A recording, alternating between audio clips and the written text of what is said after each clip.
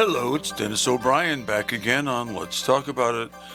And Susan Johnson she was doing something when I left the house, doing something professionally, and said she was going to be a little late, but I expect her in a few minutes, and I hope she comes because I really need her to, to make sure that I stay in my lane and do the right thing and say the right thing and don't go too far afield. But anyway, I'm really pleased to be here with Matt Rupar and his smiling face. Matt is always in good spirits whenever we're here, and I know he does the same with all the other shows because they all compliment him, and doing a great job here for WILI AM and FM. Now, don't forget, now we're on AM. If you're trying to get it on AM, it's not coming in good, try it on FM, because we are on 95.3 FM, in case you didn't know. And believe me, I'm saying that because people in the community have, during the past week, have said, "Oh, you're on FM?" I mean, some people don't know, and I understand that because I know because I'm here almost every Friday, and that's why I know. But I'm very, very happy to be here with Matt, and I'm happy to be here with my old friend Ray Axelrod. Ray Axelrod and I go back a long way. Right when I was a legal aid lawyer back in the day. We were both younger. We were both, equal number of years ago, and we were both definitely younger. And I worked with legal aid, and Ray was a volunteer, a student, right? Intern. An intern, okay, at legal aid, and I worked with a unit that Susan worked with, and I believe with legal assistance to Medicare patients. Yep. Okay, so yeah. Ray learned about Medicare, and knows something. It's been a long time now. I know something. I just don't know exactly what I know. Yeah, that's right. I feel the same way about that. But I hear about it more. I hear about it from Susan every once in a while, and she brings me up to speed, sort of, to the extent that anybody can bring me up to speed on anything. But Ray has always been a person who will step in and help the community with something, and he doesn't ask to get paid. Okay, he's a good guy. He's somebody who's very valuable to the community, and he's patting himself on the back now. For those of you who are watching on radio, but he is. This show will be seen on Charter TV 192 in about 2 weeks, maybe 3, on a Friday at 8 p.m. So you may get a chance to see Ray Axelrod.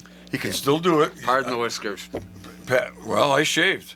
That's why I shaved for the show. I had a 7 days growth of beard. I had to use I put a new blade in the razor because I had a surgery on my face, believe it or not, last Tuesday, and I had to bandage my face. I just took the bandage off today.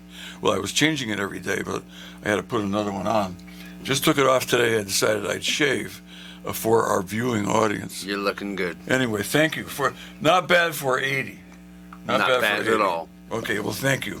See, we've got a mutual admiration society going on here, and the other thing I want to say is Ray's guest appearance on our show has become sort of an annual event, and because Ray is when you think of I know you're not the president and you're not listed with the officers anymore of the Connecticut Eastern Railroad Museum.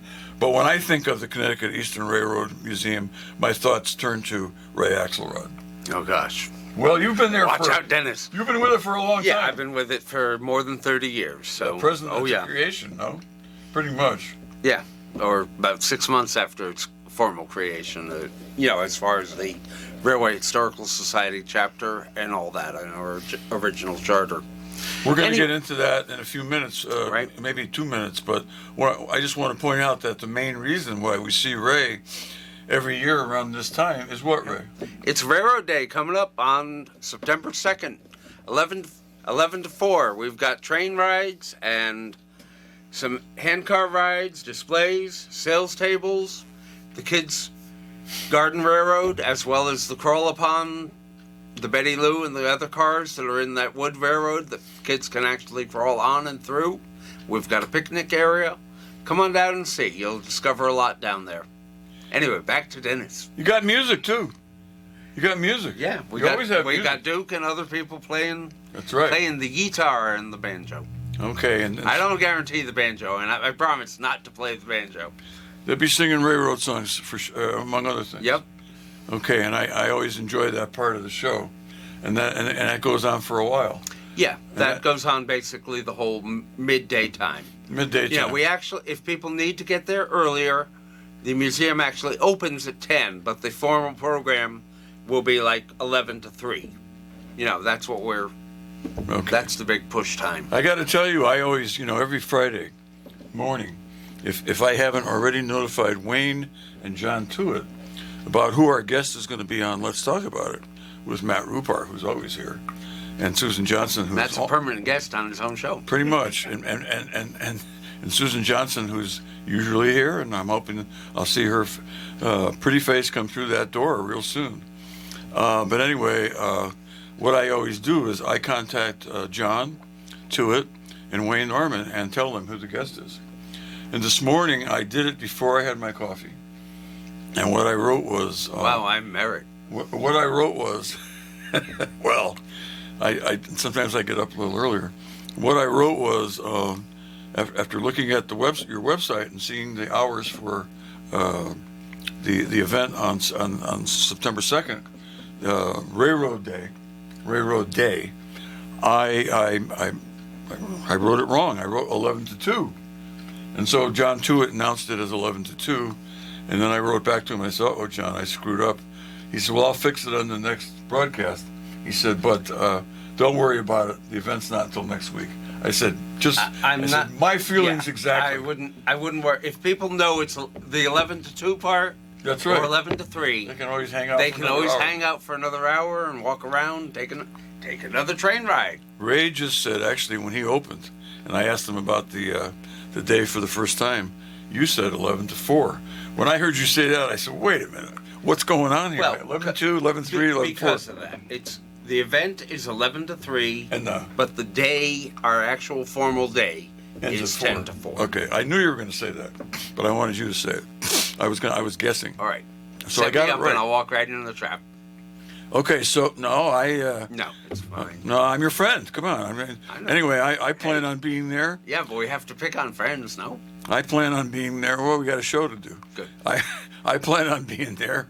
I know when I'm on Wayne's show, he gives me a hard time. Okay. Yeah, he hasn't had me on in a long time. He's my mentor. Yeah, like you get on this show more often than I do, for crying out loud. You need to talk with him, and you need to say, Wayne, I'm going to sponsor one of your walks on the rail trail. Oh, I don't know about that.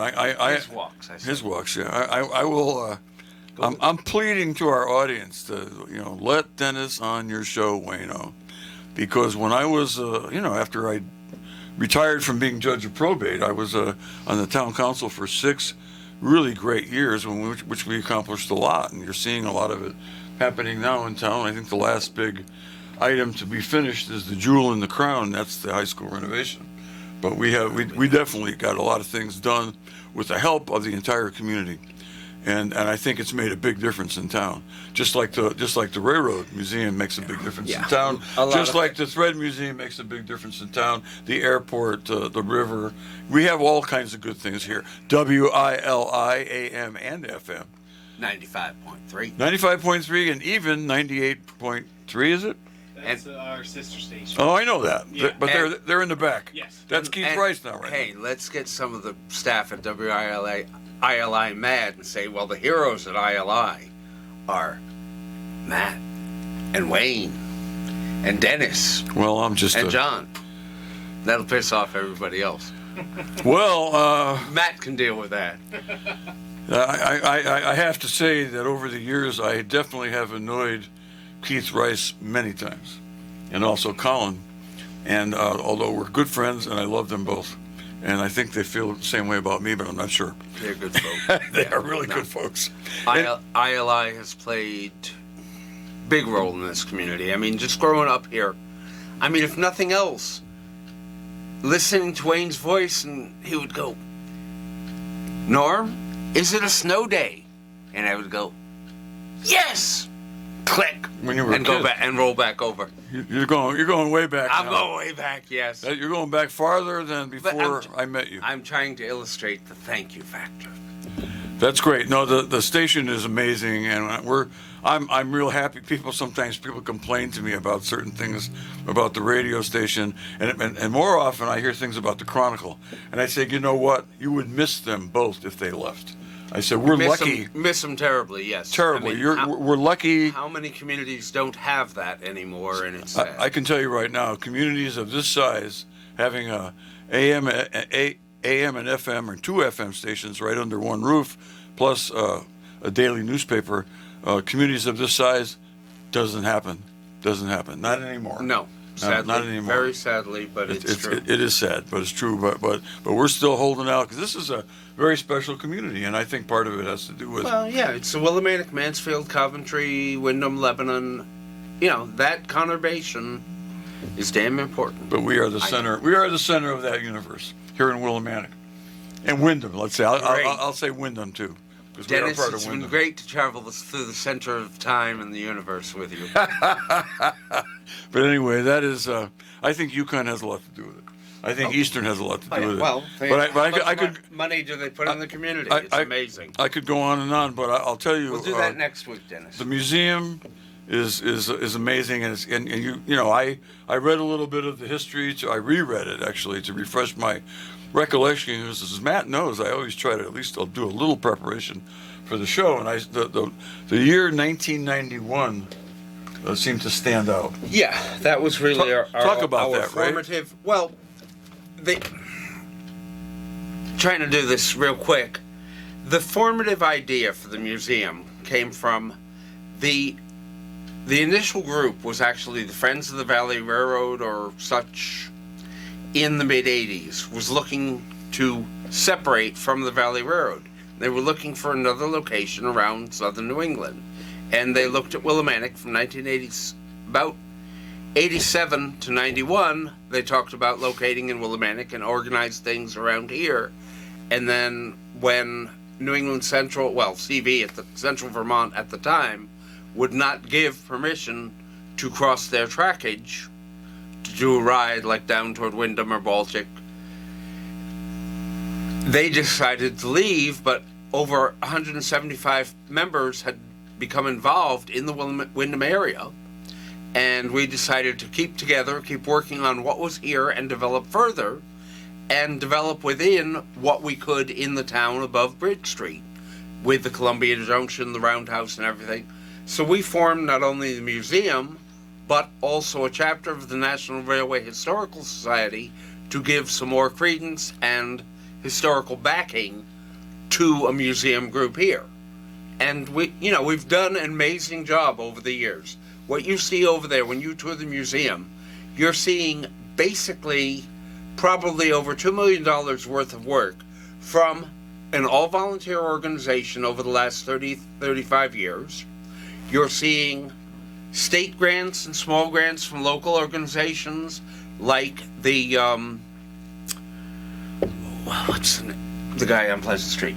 The Pajot Fund. Pajot Trust. The Pajot Fund has given us, and the Textile Museum and a number of other museums, granting.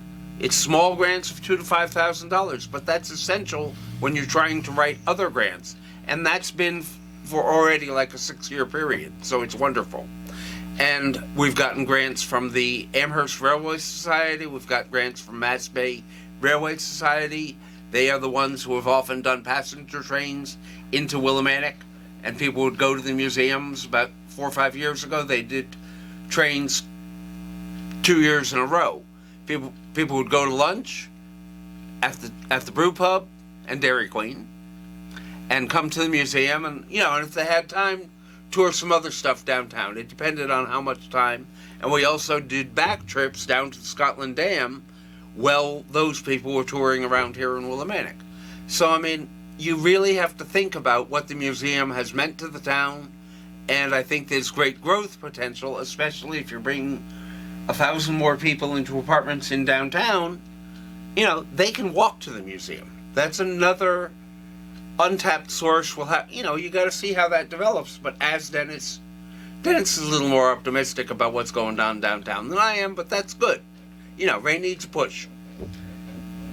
But yeah, I mean, the museum has developed. The Roundhouse was an amazing piece to actually get grants for, and develop and put together. That's really the focus point for our museum, that and the turntable. And Yeah, yes. I'm going to ask a question about that. From what I read, was the old roundhouse there in the same location? Yeah, the roundhouse that is there, the railroad built at Columbia Junction because in the 1890s, the New Haven took over the old New York and New England and the railroad that owned the airline, or, you know, putting everything together. And that was to build a bigger facility. So that was built like 1896, 98, you know, right in that period. And then by the time we got into the late 20s, early 30s, the roundhouse was vacated because you had bigger locomotives with longer service times between intersections and where they were stored and things. So this facility was obsolete, so the New Haven actually raised the building to not have to pay insurance on it. But when we came in with the museum, we actually did archaeological work on the site with Nick Bellantonio, the state archaeologist at the time, went through two of the pits at the museum and examined for old tools and memorabilia and things, some of which we have on display in the Groton Freight House. We also explored, you know, back into the original blueprints and things that were on the site. We're still finding pipes, and there's actually like a cistern back there, because actually part of that area is built on fill. So the roundhouse has basement stones that go down under. About 6 courses of granite are down below ground that you can't even see to help hold that foundation. And we built, some stones were formed, you know, it looks like stone, but it's actually cement that was formed to look like the stones to redo and set up the foundation, and then built the 6-stall roundhouse back to the plan and dimensions as it had been. And then we had to pay for doors and windows and the brickwork all separately. That was like another $150,000. They would raise and sell and develop. I think the roundhouse is the focal point of the museum. I think it is something that you built on. You know, after you completed the new one, you all and I want you to explain to the public and to me. Again, I want to explain that word. What a roundhouse is and what its function is, because unless you see it, I saw them when I was very young. Back in the Stone Age, when Dennis was young, he grew up in New Breton. Yeah. And there was probably a roundhouse in New Breton in Berlin. I think in Berlin. I know I'm going to get beat up off the air. I may be wrong, about but that, I think about that accent. I know I saw one somewhere. But think of a roundhouse as a garage, literally for overnight storage of the steam locomotives, because it could bring the local small locomotives to do the daily work around Willimantic. They could bring them in overnight. A hostler they'd dump the ashes and clean the fire and let the steam pressure in the fire die down. Then in the early morning, someone comes in, a different hostler shift, comes in and starts building up the fire and then backs the locomotive over by the coal and the water. They'd fill that and set it up. So when the crews came on, let's say 6 a.m., I don't know the exact starting time. It really doesn't matter. But local engines are ready to go and hitch up to the train and do. There were at least 2 switchers probably a day in Willimantic for many years. One for the industry out along the airline by Moulton Court and Jackson Street, and another for Bridge Street down by the Freight House and over to American Thread. Because American Thread actually had a siding in the front by 560 Main and down into that area. And also over in the back in the mill, there's a warehouse that actually Providence and Worcester served American Thread till 1980, March, April of 85 at the back warehouse. And then things were trucked forward into what was worked till American Thread closed in early 85. And then American Thread actually had a narrow gauge railroad that ran in and among the mills. John Walker has a picture of the Helen B up on display in the shoe store, and that was basically kind of a thermos bottle locomotive that they could hook into the plant steam lines, build up the pressure on the locomotive, and run around, because there's dust in a cotton mill. You don't want any fire going through, or, well, you know the rest. You would know the rest of the story, as Paul Harvey used to say. I'm Paul Harvey. Who Well, are you, listen. Dennis? Well, I just want to say the house it's round, and because of the nature of the way it works, how it rotates around. Yeah, get into that. All right. If you think about the roundhouse as a garage, this is a 6-car garage in our case. In New Haven, they actually had two 48 stall or so roundhouses. One stall would be open and the locomotives could come through, then the turntable was used to locate it into the particular door you wanted it to go into.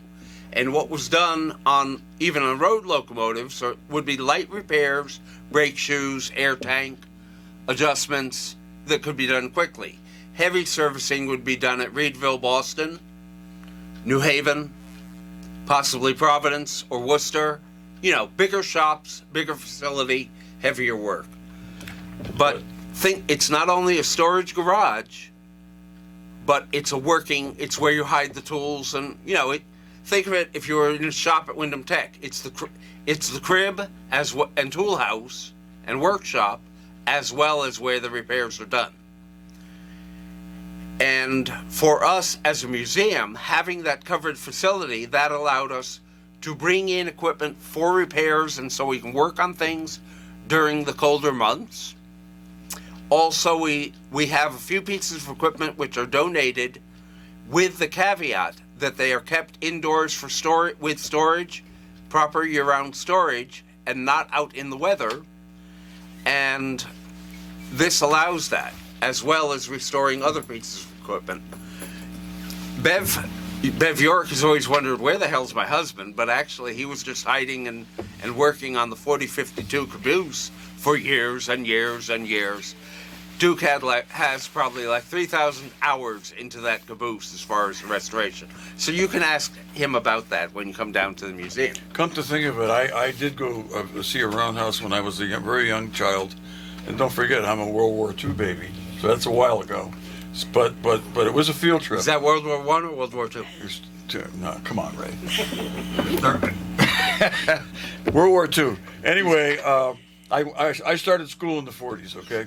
And I was a little kid, and I went on a trip. You're as old as my brother. Okay. Well, that's a date shoot. I went on a trip. I went on a field trip with my little friends and our teachers to a roundhouse. Some sort of a railroad facility, and it had a roundhouse. And we You were don't know if amazed. it was Hartford, Berlin, or Middleton? Don't know. I was maybe 7. And we were amazed by the way the thing went around. They could back an engine out, and then they could go around again, back another engine out. And that's the way, it was just amazing. And it enables them to store these gigantic machines all in a small. We have tiny area. ones too. And big ones, but tiny ones too, in a very small area.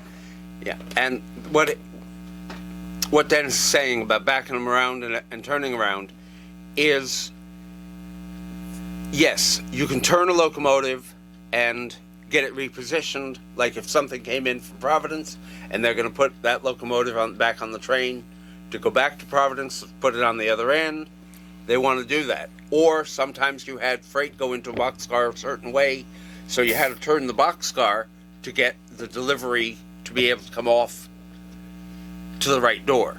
Things like that.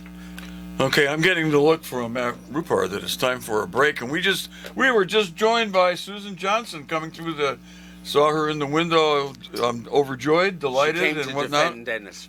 No, I came to say hello, and thank you, Ray Axelrod, for being here. And you came in just in time for our break. Well, that's so good. we'll set you loose in a few minutes, and you can ask some of the questions. But don't forget, Ray, what are we here for? We're really here to. We're here for Railroad Day. We want to see everybody we can down at the museum on September 2nd. Come on down. Music, train rides, operation of the turntable, so you can see Dennis try to stop the thing. No, I want to go marvel skidding. at it. I want to watch it. And lots of displays. We'll have tables with the railroad memorabilia for sale. And as he said, music. We might even get Dennis to play some music. No, I can't play anything. No, whether that's I'm good just or bad thing. I think it's good. He's gonna sing. I think it's good, but most people don't. Come on down. Anyway, come on down. We'll be right back with Ray Axelrod, Matt Rupar, and Susan Johnson. Hey, Dennis O'Brien blasting off on the second half. I don't think I've ever said that before. That's I'm still creative in my old age. Blasting off with Ray Axelrod and Susan Johnson will be right in. Matt Rupar's here. We've been talking about the Connecticut Eastern Railroad Museum and Railroad Day coming up on September 2nd, right, Ray? Yes, Dennis, it's great. It's been a growing event each year, and we try to come up with different things. But the basic theme with the rides and kids enjoying themselves and adult kids like Dennis enjoying themselves. I've ridden. It counts. Yeah. I mean, they're always doing work down at the museum site, so things are changing. There's always progress. Also, we're always looking for volunteers, and you don't have to just be a train fan. We need grant writers, we need cleanup, we need painting, you name it, we need it. Being a volunteer organization is hard at any time, and it's been especially hard since COVID, whether it's Textile Museum, Crandall, Wadsworth Athenaeum, or us. Of course, we're as big as Wadsworth Athenaeum, right? Well, someday. In a way. I must say that my good friend from the town hall, who used to be the town planner, and when I was in the probate court, and I had many conversations with him, provided great service to the town, James Finger. Yeah. I had no idea until I saw on Facebook. He puts pictures of himself and others working on the railroad. I've been working on the railroad, and that's a song for John Tuitt. That's an obvious. You can come up with only a list of about 200 railroad songs. Yeah, I think we can come up with 200, but I'm not going to. I'll let you work on that. Okay. I'll give you a list of all of Dylan's railroad songs, and I'm sure that I'll give them to John Tuitt. Okay. If he does a train day. It's a plan. But anyway. Train day now. Train day on the radio. Now we're talking. Well. Whole day, 6 to 6. Train day. Yeah. Well, he's done it. He's done it before. He does it around this time because of your event, and I've been to the event many times. He's done great. Patty has played a couple of times with her band at Railroad Day and other events. Great band. Sure. Yep. Yeah. Well, I think it's been getting bigger and better every year, and we're hoping that Wayno will provide us with good weather on September 2nd. It's a Saturday. I think that's in his contract with us. I think that's part we'll of the deal. pay for the weather if he provides good weather. And by the way, you're going to be appearing on Wayne's show in a few days. You're going to follow up your appearance on Let's Talk About It with Dennis and Susan and Matt with Wayne Norman, one-on-one. Ray and Wayne talking railroads, trains, and the Connecticut Eastern Railroad Museum. Poor Dennis is going to have to take aspirin that morning when he tunes in. I will tune in because I will be up. I get up at 8 mostly, never after 8, and you're not getting on until 8:10. Right. So I will hear the whole thing, and I will let you both know what I thought of the show. I will. This is cool. I'm sure it'll be great.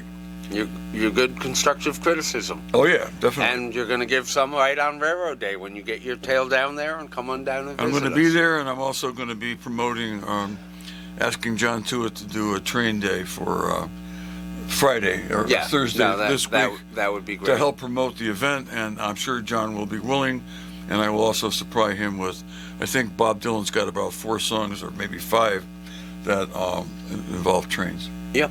Yeah, there's one called "Slow Train" coming, which is a great song, but there's other train songs too. So and one of my favorite train songs is "City of New Orleans" by Arlo Guthrie. It's not really by Arlo Guthrie. Well, he's singing. He sang it, but he revised it, and Steve Goodman did not necessarily like all that. Yeah, but I liked Arlo's version of it, and I saw him do it right here in Wyndham, right here in Willimantic at Rec Park. Yeah, and Wayne was there too. Yeah, and didn't we also have? I think I saw Arlo barely one time at Shaboo. I did not see him at Shaboo. I think I have 3 or 4 concerts that I actually made at Shaboo, and that would be Blood, Sweat, and Tears, Bonnie Raitt, and I think Arlo. Well, you saw some good ones. Wow, Bonnie Raitt. I saw Bonnie Raitt's father at the Oakdale, John Raitt. Okay. He sang in in plays like Oklahoma and Carousel, and he was a great singer. You want to sing the? No, I'm not going to sing. Okay, I thought we were going to get together and go Oklahoma, where the No, wind no, blows." no. That's not. Enough of that. I know. That's not my We're favorite just show. scared away the audience. That's not my favorite. No, that's not my favorite show. That wasn't bad. That's not my favorite show tune.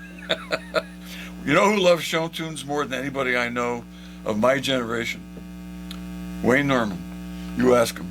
I can imagine. When he was a kid, his mother used to take him to Broadway shows. Wow. You know, when they played in California, and probably when after he moved to Connecticut, because Wayne lived pretty close to New York. He lived in Fairfield County when he was a kid, when he was an older kid, and I bet but he loves to see Broadway shows. Wow. Still. I can half top that anecdote as far as Broadway shows and things, because my Uncle Ben, his tale was after he worked for the railroad summers, like 1916, 18, and 19, and one story was that when the truce was declared, he and a couple of friends kind of took a locomotive and ran it up from the Roundhouse down to Bridge Street and back or something, tooting and celebrating. Which war?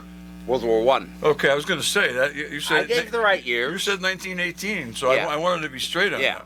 Okay. and also That's before my time. Ben and his future wife Mary, he would go in on the week. He worked for the Bulletin and the Chronicle through those early years, teens, 20s, and he would, when they were courting, he would go in. She worked in New York. He would go in on the weekend, spend the weekend with her, and they would go to a Broadway show. Fantastic. By So train. yeah, just what you're talking about is Well, similar admiration I don't wanna of Broadway. I don't want to digress too long, but Why not? My first train trip anywhere was on June 3rd, 1951. That's the day my father took me to a baseball game at the Polo Grounds in New York City. Two baseball games. It was a doubleheader, Cardinals versus Giants. I saw Willie Mays when he was a rookie. I saw Stan the Man. And you know what? I loved the Berlin train station. I took many trips with him before he passed away to New York City. He passed away when I was 17. Between the ages of 7 and I was 7 when I took my first trip. Between the ages of 7 and 17, we must have taken the train to New York City 15 to 20 times for sporting events, usually Statue of Liberty too, things like that. There's something funny Dennis is making me think of, because a lot of my friends are like, how the hell does Ray get every subject around trains? And here we have an example of how the hell does Dennis bring every show he's on around to baseball. Well, this is a good question. You can talk about it next week. Don't get me going. But I love trains. I love riding on a train. You love baseball better. Oh, well, yeah. Best of all, I love that woman who was just here a minute ago, Susan Johnson. Cool. But in any case, and she knows it, and now the whole world knows it. I think they know anyway. They knew it before. I think they knew it before. Positive, sir. Anyway, thank you. Anyway, I just want to go. I'm really excited about the next week. I'm really excited about next Saturday at the Connecticut Eastern Railroad Museum. The museum opens actually at 10. Right. The event starts at 11. The museum is open from 10 to 4. It's our formal day. And then even after Railroad Day, we're participating with Last Green Valley in the Walktober. And we're open the end of the season will be the last Saturday in October. Just to mention and give people further schedule, if you can't make Railroad Day, we're open Saturdays each year from the first Saturday in May to the last Saturday in October. But do come on down for Railroad Day. It's our biggest event of the year. We'll have lots of things going on, train rides all day. The main part of the event, again, is 11 to 3 on Saturday the 2nd. You'll see me trying to ride the pump car, right? Got to do that pump car.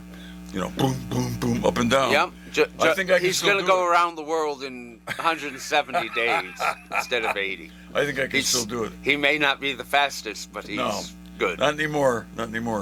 But anyway, I'm so looking forward to it, and I'd love to hear what's Duke York's. He's in several bands, but the band he's Well, he was in a band called the Electric Trains. That's right, But he that was. no longer That's right. formally exists. That's So there's a defunct few now. different names. Yeah. And he used to perform as a duo with Gary Nass. Right. Oh for yeah. years. That was for years. Yeah. And Duke has been a wonderful addition to the stage, and as well as many other bands we've had and performers over the years at Railroad Day and at our concert series and everything. Well, he's performed in my backyard for on a benefit for the Thread Museum. Yeah. Bruce John has been there. David Foster. We've done a number of benefits for the Thread Museum over the years in our backyard because our house is historic. Yeah.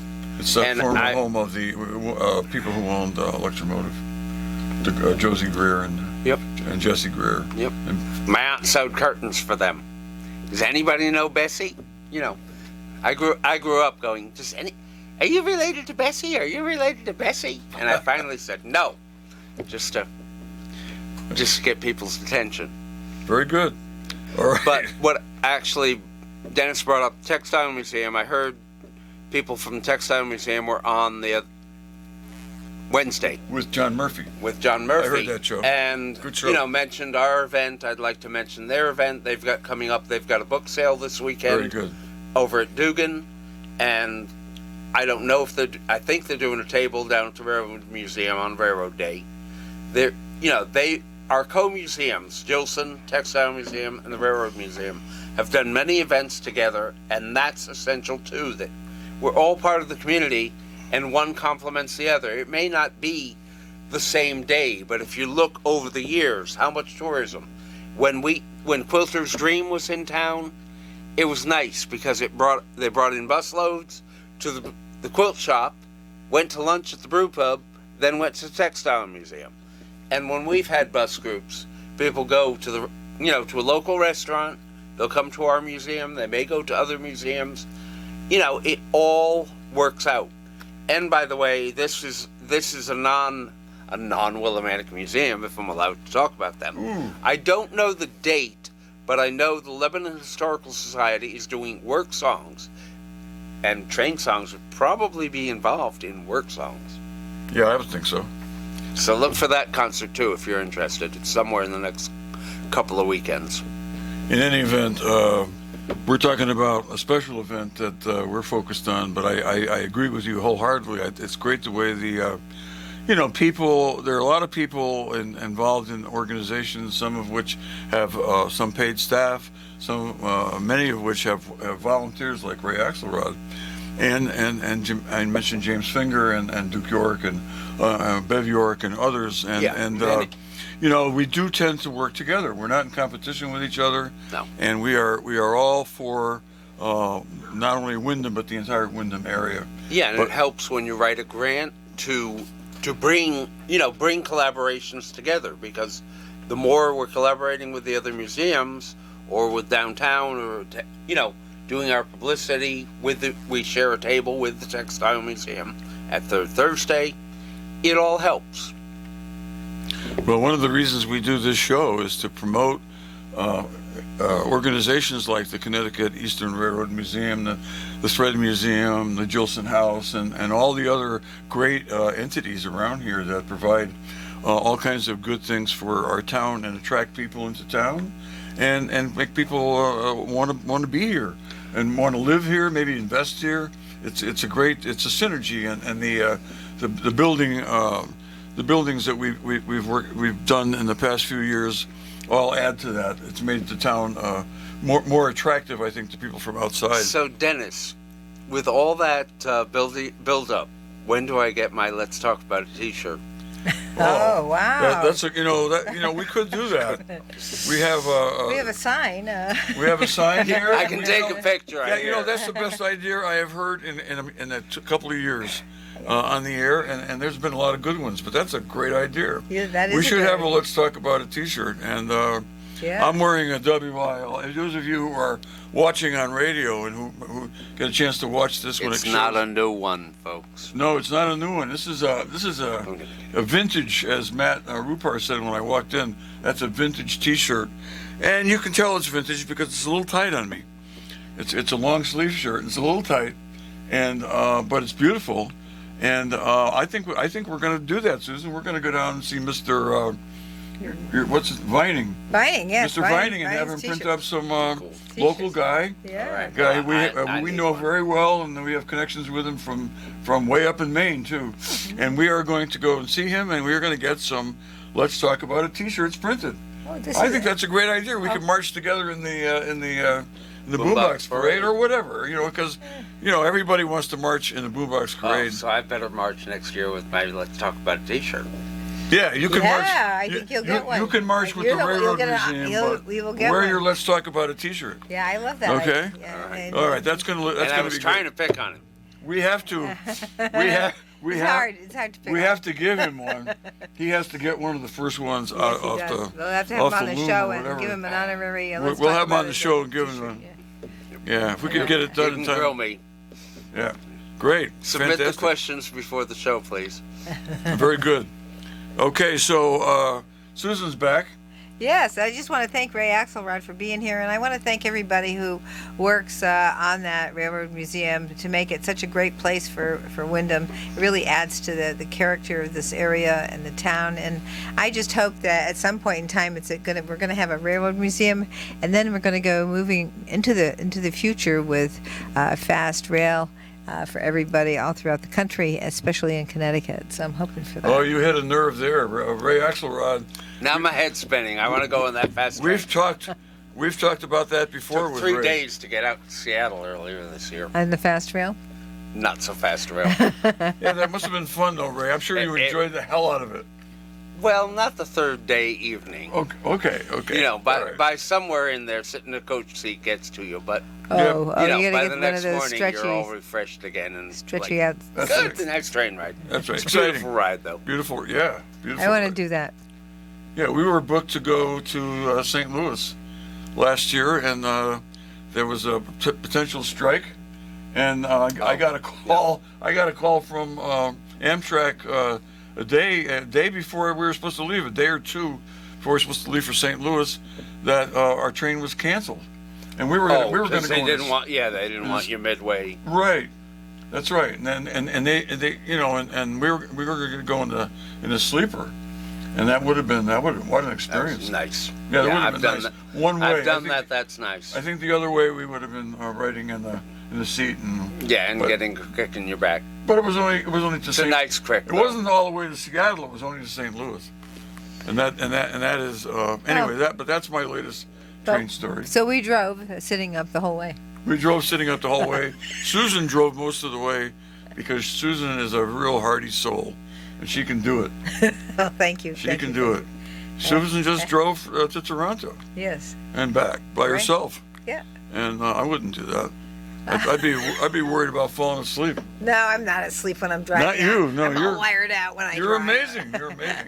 And in fact, it took me 2 hours to wind down afterwards, and I've Some been up coffee around the was clock. sold there. Do you think? Anyway, Ray, what's going to happen on the On Saturday, 2nd of Come September? down and see us at the Railroad Museum right off Bridge Street. Please come to Railroad Day.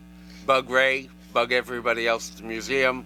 Take your train ride. Have possibly some food. I'm not sure how that's come out, but we'll have music. We'll have train rides. We'll have the kids' play area, as well as face painting by Eastern students.